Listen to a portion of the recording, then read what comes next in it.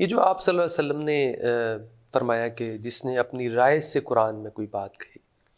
لیکن ہمارے ہاں تفسیر کا ایک لٹریچر ہے پوری روایت میں، اور اس میں تفسیر بالرائے بھی موجود ہے، بلکہ اس کی مزید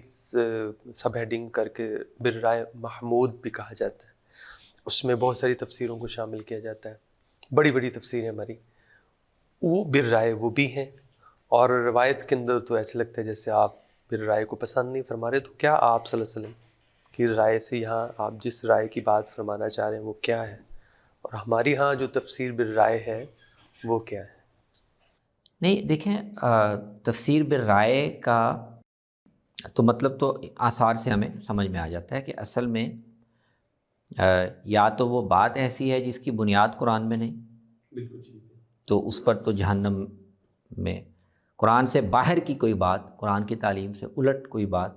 قرآن میں ڈھونڈنے کا جو رجحان ہے یہ تو بڑی سخت وعید ہے۔ بالکل ٹھیک ہے، لیکن دوسرا اثر جو ہم نے دیکھا کہ ایک آدمی نے رائے سے تفسیر کی ہے، اس کے بعد اصل میں ذہن میں آئی ہے، لیکن ہو سکتا ہے وہ ٹھیک ہو، بالکل ٹھیک ہے، تو اس پر یہ وعید نہیں ہے۔ صحیح، وہ اگر اس نے وہی بات غور کر کے اور جو علمی شرائط ہیں ان کو پورا کر کے وہی بات اگر کہی ہوتی تو وہ ٹھیک ہوتی۔ ٹھیک ہے، اس کا مطلب یہ ہے کہ رائے سے مراد یہ نہیں ہے کہ، کیونکہ تفسیر بالمعصور کے مقابلے میں جب یہ لفظ بولا جاتا ہے تو اس میں واقعی اس کا مطلب یہ لیا جاتا ہے کہ آپ کسی آیت کی تفسیر میں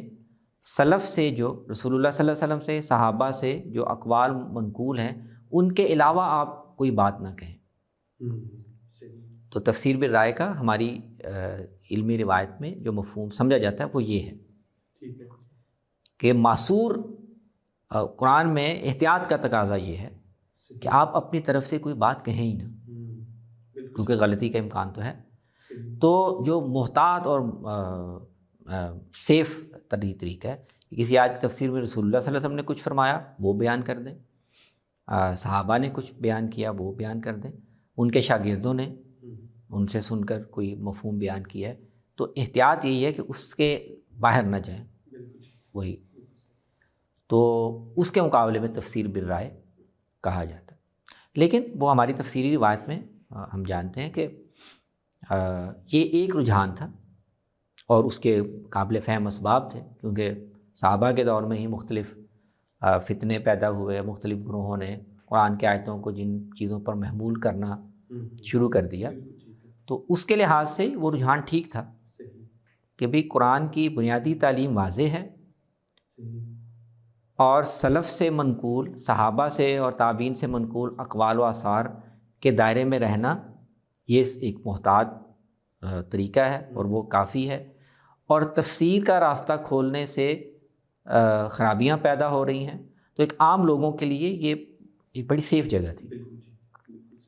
اب تفسیر کی طرف جائیں نہ، کسی آیت کی تشریح میں کوئی ایسی بات کہیں ہی نہ جو سلف سے منقول نہ ہو، عام لوگوں کے یعنی دینی حفاظت کے پہلو سے یہ ایک رجحان پیدا ہوا۔ لیکن اہل علم کے دائرے میں ظاہر ہے اس پابندی کو اتنی سختی سے قبول نہیں کیا گیا، اور یہ دیکھا گیا کہ نہیں، ایسا تو نہیں ہے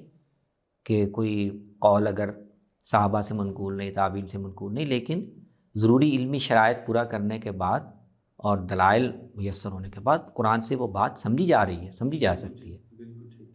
تو یہ مضموم نہیں ہے۔ تو اس بنیاد پر پھر فرق کرنا پڑا کہ ایک بالرائے المذموم ہے جو یا تو قرآن کی تعلیم کے الٹ ہو، یا آدمی نے ضروری اہلیت بہم نہ پہنچائی ہو، یہ مضموم ہے۔ لیکن ایسی آراء جو زبان کی دلالت پر قائم ہوں، قرآن کے نظائر پر قائم ہوں، دین و شریعت کے فہم پر مبنی ہوں، ان کی روشنی میں ایسی آراء عکس کرنا قرآن سے جو چاہے سلف سے منقول نہ ہو، ٹھیک تو ہے، یہ فی نفسی ہی مضموم نہیں ہے، بلکہ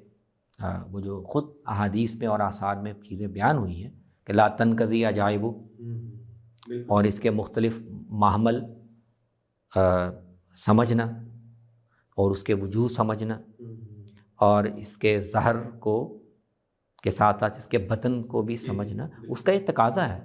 کہ اہل علم جو ہے یہ غور جاری رکھیں، اور جو چیزیں بھی ان کے فہم میں آتی ہیں ان کو بیان کریں.